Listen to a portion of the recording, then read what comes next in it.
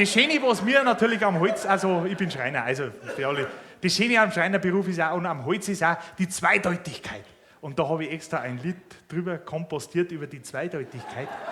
Ja, weil ich gewusst habe, ob es was ist oder ob ich es wegschmeißen muss. Versteht? Und darum habe ich das kompostiert und das sind die Facetten vom Holz, weil du das Holz einfach zweideutig, vor allem in der bayerischen Sprache, zweideutig sehen kannst. Und ich bin gespannt, ob das alle außer Herz.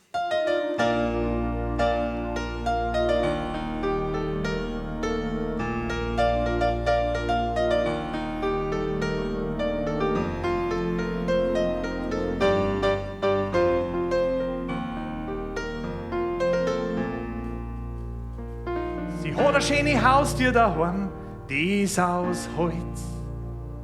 Ein hölzernen Balkon, auf den ist gescheit stolz.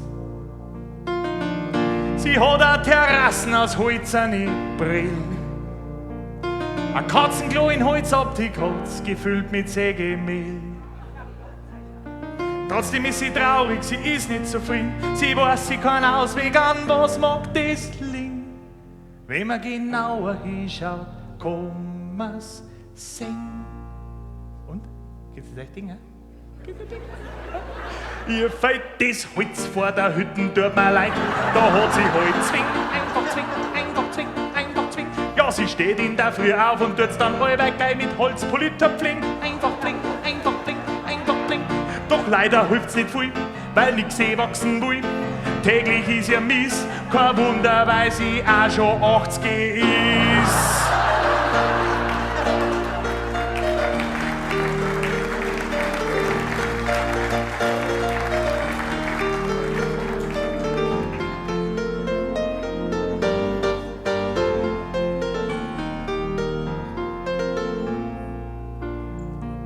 Er ist gelernter Schreiner und arbeitet die ganze Zeit mit Holz.